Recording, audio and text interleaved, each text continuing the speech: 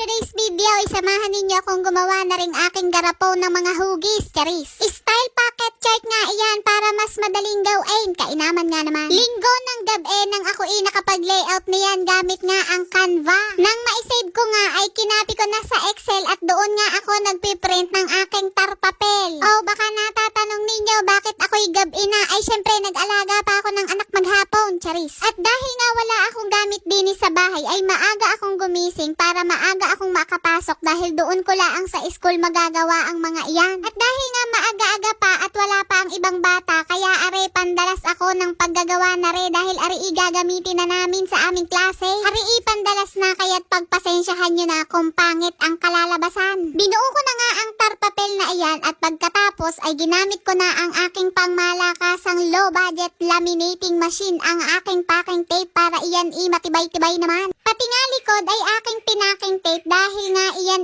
papel madaling mabasa. Outing na pandalas. Paano ga naman kung kailan gagamitin ay sakala ang gagawin. Kainaman nga naman iyan. Ay anong gagawin? May mga bata akong inaalagaan. Sabi ko nga sa inyo'y kulang na kulang ang Sabado at Linggo sa aking pag-aalaga sa aking mga anak. Nagpaplano ka pala ang ng iyong mga gagawin. Hindi mo namamalayan. Abay Lunes na pala kinabukasan. Kainaman nga naman. O siya, tama na ang drama. Mabalik na tayo din sa aking ginagawang are. Yari ko na ngang ipaking tape ang harap at likod ng ating tar papel at ngayon naman gamit ang plastic cover ay gagawa naman tayo ngayon ng pinakabulsa ng ating tar papel. Gagawin mo laang ng pinakabulsa ang bawat garapon kung saan ilalagay ng mga bata ang mga larawan na kanilang hawak. Garini ko na nga ang ginawa para mas mapadali ang aking paggagawa. Gumupit ako ng plastic cover na sakop na ang 3 garapon. Pagkatapos ay nilagyan ko na nga ng double-sided tape ang ilalim, pagitan at gilid ng bawat garapon. Ang mga double-sided tape na iyan ang magsisilbing dibisyon ng bawat garapon para hindi maghalo-halo ang mga ilalagay na larawan ng mga bata. Pagkatapos ay idinikit ko na ang plastic cover na aking ginupit doon mismo sa double-sided tape na aking ikinabit. O diba?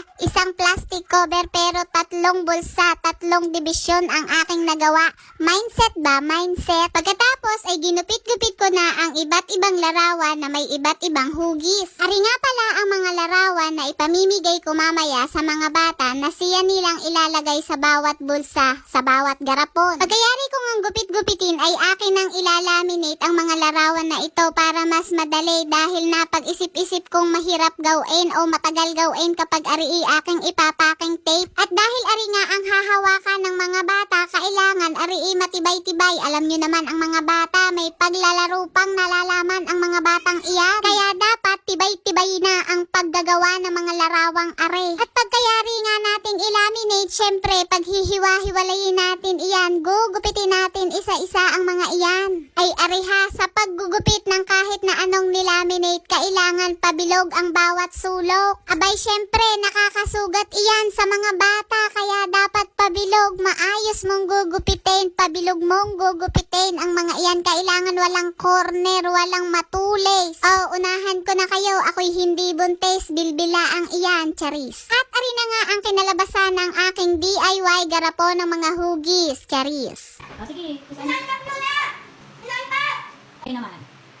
Okay, very good. Okay. Ano po yan? Cake, ano daw po yan? Saan daw po yan? Okay, galing mo po. Okay. Okay. Okay, very good. At yan lang naman for today's video. Salamat sa panonood. Sana'y may natutunan kayo.